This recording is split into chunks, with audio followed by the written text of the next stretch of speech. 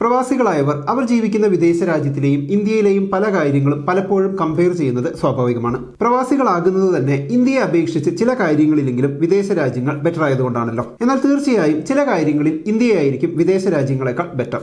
കഴിഞ്ഞ കുറച്ച് വർഷങ്ങളായി ജർമ്മനിയിൽ ജീവിക്കുന്നതിന്റെ അനുഭവത്തിൽ ജർമ്മനിയേക്കാൾ ഇന്ത്യയിൽ ബെറ്ററായി തോന്നിയ ചില കാര്യങ്ങളെക്കുറിച്ചാണ് ഇത്തവണത്തെ വീഡിയോ. ഈയിടെയായി കുറേയധികം ആളുകൾ നാട്ടിൽ നിന്നും ജർമ്മനിയിലേക്ക് വരുന്നുണ്ട്. അങ്ങനെ വരുന്നവർക്കും പിന്നീട് വരാൻ ഉദ്ദേശിക്കുന്നവർക്കും ഈ വീഡിയോ ഹെൽപ്ഫുൾ ആകുമെന്ന് പ്രതീക്ഷിക്കുന്നു. ജർമ്മനിയേക്കാൾ ഇന്ത്യയിൽ ബെറ്ററായി തോന്നിയ ഏറ്റവും ഇമ്പോർട്ടന്റ് ആയ കാര്യം കാലാവസ്ഥയാണ്.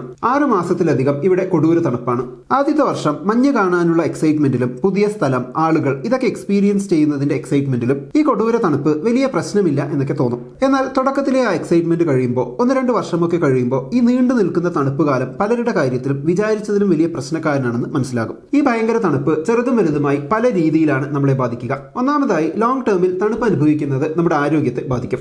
വീട്ടിലും കാറിലും ഹീറ്റർ ഇട്ട് കുറേയൊക്കെ തണുപ്പിൽ നിന്ന് രക്ഷപ്പെടാമെങ്കിലും കംപ്ലീറ്റ് ആയി തണുപ്പിൽ നിന്ന് രക്ഷപ്പെടുന്നത് അത്ര ഈസി അല്ല. പിന്നെ ഈ തണുപ്പ് കാലം സോഷ്യൽ ലൈഫിനെ നന്നായി ബാധിക്കും. സമ്മറിലെ പോലെ ചുമ്മാ പാർക്കിൽ പോയി അല്ലെങ്കിൽ ഒരു ഔട്ടിങ്ങിന് പോയി മറ്റാളുകളുമായി കമ്പനി ആകുന്നതൊന്നും നടക്കില്ല. അടുത്തത്, ജർമ്മനിയിലെ പല വീടുകളും വർഷക്കണക്കിന് പഴയതായതുകൊണ്ട് വിന്ററിൽ മോൾഡ് വന്ന് അത് കളയാൻ അല്ലെങ്കിൽ അത് വരാതിരിക്കാൻ അതിന്റെ പുറകെ നടക്കേണ്ടി വരുന്നത് ഒരു വലിയ തലവേദനയാണ്. വിന്റർ കൊണ്ടുള്ള അടുത്ത പ്രശ്നം, തണുപ്പ് കാലത്ത് നല്ലൊരു എമൗണ്ട് വീട് ചൂടാക്കി വെക്കുന്നതിന് വേണ്ടിയുള്ള ഹീറ്റിംഗിന് മാറ്റി വെക്കേണ്ടി വരും എന്നതാണ്. ഇതിനേക്കാളുമൊക്കെ ഏറ്റവും വലിയ പ്രശ്നം തണുപ്പ് കാലത്തെ ഡാർക്ക് ആയിട്ടുള്ള അറ്റ്മോസ്ഫിയറും നീണ്ടു നിൽക്കുന്ന രാത്രികളും സൂര്യപ്രകാശത്തിന്റെ അഭാവവും ചിലരിലെങ്കിലും ഡിപ്രഷൻ പോലുള്ള അസുഖങ്ങൾ വരാനുള്ള കാരണമാകാറുണ്ട്. അപ്പൊ ഇതൊക്കെ വെച്ച് നോക്കുമ്പോൾ നമ്മുടെ നാട്ടിൽ 2-3 മാസം നല്ല ചൂടാണെങ്കിലും ഓവറോൾ ജർമ്മനിയേക്കാൾ ബെറ്റർ ആണെന്നാണ് പേഴ്സണലി ഫീൽ ചെയ്തിട്ടുള്ളത്. അതുകൊണ്ട് അതിശൈത്യമുള്ള രാജ്യങ്ങളിലേക്ക് പോകാൻ ഉദ്ദേശിക്കുന്നവർ ഈ പ്രശ്നങ്ങളൊക്കെ നേരിടാൻ തയ്യാറായിക്കൊള്ളുക. തണുപ്പ് ഒട്ടും പറ്റാത്തവരാണെങ്കിൽ മറ്റേതെങ്കിലും രാജ്യമൊക്കെ നോക്കുന്നതായിരിക്കും നല്ലത്. ജർമ്മനിയിലെ അടുത്ത പ്രശ്നത്തിലേക്ക് പോകുന്നതിന് മുമ്പ് ഒരു കാര്യം പറയാനുണ്ട്. നമ്മുടെ ഈ വീഡിയോ കുറെ NRIs കാണുന്നുണ്ടാകും. NRIs ചെയ്യുന്ന ഏറ്റവും വലിയൊരു സാമ്പത്തിക മണ്ടത്തരമാണ് ടേം ഇൻഷുറൻസ് എടുക്കാതിരിക്കുക എന്നത്. എല്ലാവരും തീർച്ചയായും എടുത്തിരിക്കേണ്ട ഒന്നാണ് ടേം ഇൻഷുറൻസ്.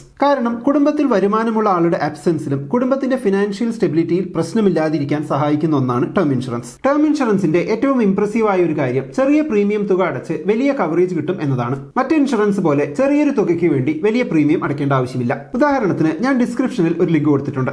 അതിൽ കയറിയാൽ നിങ്ങൾക്ക് മാസം 850 രൂപയ്ക്ക് 2 കോടി വരെ കവറേജ് കിട്ടുന്ന ടേം ഇൻഷുറൻസ് പ്ലാൻസ് കാണാൻ പറ്റും. ഓൺലൈനിൽ ഇൻഷുറൻസ് എടുക്കുന്നത് കൊണ്ട് മറ്റു പല ഗുണങ്ങളുമുണ്ട്. നിങ്ങൾക്ക് 50-ലധികം വിവിധ കമ്പനികളുടെ ഇൻഷുറൻസ് പ്ലാൻസ് കമ്പയർ ചെയ്യാൻ പറ്റും. പിന്നെ NRIsന് 18% GST അടയ്ക്കേണ്ട ആവശ്യമില്ല. കൂടാതെ ആനുവൽ പേയ്മെന്റ് ഓപ്ഷൻ ചൂസ് ചെയ്താൽ 5% വരെ ഡിസ്കൗണ്ടും കിട്ടും. സോ 23% ഡിസ്കൗണ്ട് ആണ് NRIsന് കിട്ടുന്നത്. തീർച്ചയായും ഫാമിലിയുടെ ഫിനാൻഷ്യൽ സ്റ്റെബിലിറ്റിക്കായി എല്ലാവർക്കും മസ്റ്റായ ഒരു സംഭവമാണ് ടേം ഇൻഷുറൻസ്. ഡിസ്ക്രിപ്ഷനിൽ കൊടുത്തിട്ടുള്ള ലിങ്കിലൂടെ നിങ്ങൾക്ക് ഇഷ്ടമുള്ള പ്ലാൻ ചൂസ് ചെയ്യാൻ പറ്റും. അപ്പോൾ നമുക്ക് ഈ വീഡിയോയിലേക്ക് പോകാം. ജർമ്മനിയിലെ അടുത്ത വലിയൊരു പ്രശ്നം ചില സ്ഥലങ്ങളിലെങ്കിലും ഡോക്ടേഴ്സിന്റെ അപ്പോയിന്റ്മെന്റ് കിട്ടാനുള്ള താമസമാണ്. ഓവറോൾ നോക്കുമ്പോൾ ഹെൽത്ത് കെയർ ജർമ്മനിയിലാണ് ബെറ്റർ എന്ന് തോന്നിയിട്ടുള്ളത്. എല്ലാവർക്കും ഹെൽത്ത് ഇൻഷുറൻസ് നിർബന്ധമായതുകൊണ്ടും ജോലിയുള്ളപ്പോൾ എല്ലാവരും അവരുടെ ശമ്പളത്തിനനുസരിച്ച് അതിലേക്ക് പൈസ അടയ്ക്കുന്നതുകൊണ്ടും എന്തെങ്കിലും അസുഖം വന്നാൽ ചികിത്സിച്ച് പാപ്പരാകുമെന്ന് പേടി വേണ്ട. അതിപ്പോ ജോലിയില്ലാത്ത ഒരു ഫേസിലാണെങ്കിൽ പോലും നമ്മൾ സുരക്ഷിതരാണ്. എന്നാൽ വേണ്ടത്ര ക്ലിനിക്കുകളും ഡോക്ടേഴ്സും സ്റ്റാഫും ഇല്ലാത്തത് കൊണ്ടാണെന്ന് തോന്നുന്നു നമ്മൾ വിചാരിച്ച പോലെ അപ്പോയിന്റ്മെന്റ് കിട്ടാൻ പാടാണ്. ഡോക്ടറെ കാണാൻ മാസങ്ങളോളം വെയിറ്റ് ചെയ്യേണ്ടി വരുന്ന കേസുകളുണ്ട്. പ്രത്യേകിച്ച് നിങ്ങൾ ആ ഡോക്ടറിന്റെ അടുത്ത് പോകുന്ന പുതിയ പേഷ്യന്റ് ആണെങ്കിൽ. ഈ പ്രശ്നം ഒഴിവാക്കാനുള്ള ഒരു വഴിയായി എനിക്ക് തോന്നിയിട്ടുള്ളത് ജർമ്മനിയിലേക്ക് വന്ന ഉടനെ അല്ലെങ്കിൽ ജർമ്മനിയിൽ പുതിയൊരു സ്ഥലത്തേക്ക് താമസം മാറിയ ഉടനെ ഒരു പ്രശ്നവുമില്ലെങ്കിലും general doctor, eye doctor, dentist, സ്ത്രീകളാണെങ്കിൽ ഗൈനക്കോളജിസ്റ്റ്, അങ്ങനെ ആവശ്യമുള്ള എല്ലാ ക്ലിനിക്കിലും രജിസ്റ്റർ ചെയ്യുക. എല്ലാ 6 മാസത്തിലും മറ്റോ റെഗുലർ ചെക്കപ്പിന് പോവുക. ഇങ്ങനെ ചെയ്യുന്നത് കൊണ്ട് 2 ഗുണങ്ങളുണ്ട്. നിങ്ങൾ ഓൾറെഡി ആ ക്ലിനിക്കിലെ പേഷ്യന്റ് ആയതുകൊണ്ട് പിന്നീട് ആവശ്യം വരുമ്പോൾ പെട്ടെന്ന് അപ്പോയിന്റ്മെന്റ് കിട്ടാനുള്ള സാധ്യത കൂടുതലാണ്. പിന്നെ റെഗുലർ ചെക്കപ്പ് ചെയ്യുന്നത് കൊണ്ട് എന്തെങ്കിലും പ്രശ്നങ്ങൾ ഉണ്ടെങ്കിൽ അത് സീവിയർ ആകുന്നതിന് മുമ്പ് കണ്ടുപിടിക്കാനും അപ്പോയിന്റ്മെന്റ് കുറച്ച് കഴിഞ്ഞാണെങ്കിലും വലിയ പ്രശ്നമാകുന്നതിന് മുമ്പ് ചികിത്സിക്കാനും കഴിയും. അപ്പൊ ഇങ്ങോട്ട് വരാൻ ഉദ്ദേശിക്കുന്നവർ ഇത് മനസ്സിൽ വെക്കുക.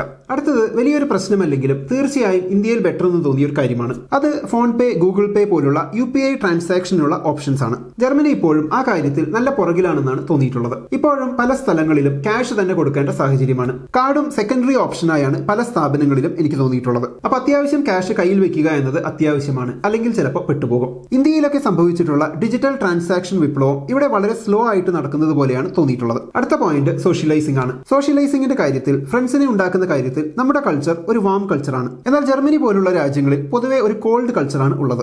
ഇതിന് പല കാരണങ്ങളുണ്ട്. ഞാൻ തുടക്കത്തിൽ പറഞ്ഞ തണുപ്പ് ഒരു കാരണമായിരിക്കാം. പിന്നെ ലാംഗ്വേജ് ബാരിയർ ഒരു കാരണമായിരിക്കാം. പിന്നെ ഭൂരിഭാഗം പേരും വരുന്നത് ഒരു 20 വയസ്സൊക്കെ കഴിഞ്ഞാണ്. ആ പ്രായമാകുമ്പോഴേക്കും ഇവിടെയുള്ളവർക്ക് ഓൾറെഡി ഒരു ഫ്രണ്ട് സർക്കിൾ ഉണ്ടായിട്ടുണ്ടാകും. സോ ജർമ്മൻസുമായി ഒരു ഫ്രണ്ട് സർക്കിൾ ഉണ്ടാക്കിയെടുക്കുക എന്നത് അത്ര എളുപ്പമായിരിക്കില്ല. പിന്നെ നമ്മുടെ കൾച്ചറിന് ഒരു ലോക്കൽ നേച്ചർ ഉണ്ട്. അതുകൊണ്ട് ഞാൻ ഉദ്ദേശിച്ചത് നമുക്ക് പെട്ടെന്നൊരു ആവശ്യം വന്നാൽ നമ്മൾ അടുത്തുള്ളവരോട് അല്ലെങ്കിൽ ഫ്രണ്ട്സിനോട് ചോദിക്കുകയായിരിക്കും ആദ്യം ചെയ്യുക. എന്നാൽ പാശ്ചാത്യ രാജ്യങ്ങളിൽ പലപ്പോഴും അങ്ങനെയാകണമെന്നില്ല. അതിനുവേണ്ടി അവർ ഒരു കമ്പനിയെ കോൺടാക്ട് ചെയ്യുകയായിരിക്കും ചെയ്യുക. ഇതിന് രണ്ടിനും അതിൻ്റെതായ ഗുണങ്ങളും ദോഷങ്ങളുമുണ്ട്. പക്ഷേ ഇതൊക്കെ സോഷ്യലൈസിംഗ് ആസ്പെക്റ്റിനെ അഫക്ട് ചെയ്യുകയും അതിവിടെ കുറച്ച് ബുദ്ധിമുട്ടാവുകയും ചെയ്യും. എന്നാൽ ഇപ്പോൾ ഇങ്ങോട്ട് ഒരുപാട് മലയാളീസ് വരുന്നത് കൊണ്ട് മലയാളി ഫ്രണ്ട് സർക്കിൾ ഈസിയായി ഉണ്ടാക്കാം എന്നതുകൊണ്ട് ഇനി അങ്ങോട്ട് ഇതത്ര ഒരു ഭീകരമായ പ്രശ്നമായിക്കൊള്ളണമെന്നില്ല. അപ്പൊ ഇതൊക്കെയാണ് ഞങ്ങൾക്ക് തോന്നിയിട്ടുള്ള ജർമ്മനിയെ അപേക്ഷിച്ച് ഇന്ത്യയിൽ ബെറ്ററായി തോന്നിയിട്ടുള്ള ചില കാര്യങ്ങൾ. ചിലപ്പോൾ ഞങ്ങൾ വിട്ടുപോയ ചില കാര്യങ്ങൾ ഉണ്ടാകാം. വിദേശത്ത് ജീവിക്കുന്നവരാണെങ്കിൽ നിങ്ങൾക്ക് തോന്നിയിട്ടുള്ള കാര്യങ്ങൾ കമന്റ് ബോക്സിൽ എഴുതുമല്ലോ. പിന്നെ ഞാൻ മുമ്പ് പറഞ്ഞ ടേം ഇൻഷുറൻസിന്റെ കാര്യം എന്തായാലും പരിഗണിക്കുക. ഡിസ്ക്രിപ്ഷനിൽ കൊടുത്തിട്ടുള്ള ലിങ്കിൽ ക്ലിക്ക് ചെയ്ത് പ്ലാൻ എടുത്താൽ NRIസിന് 23% വരെ ഡിസ്കൗണ്ട് കിട്ടും. പിന്നെ 50-ലധികം മികച്ച ഓപ്ഷൻസിൽ നിന്നും നിങ്ങൾക്ക് ഇഷ്ടമുള്ള ടേം ഇൻഷുറൻസ് സെലക്ട് ചെയ്യാം. അപ്പൊ നമുക്കിനി അടുത്ത വീഡിയോയിൽ കാണാം.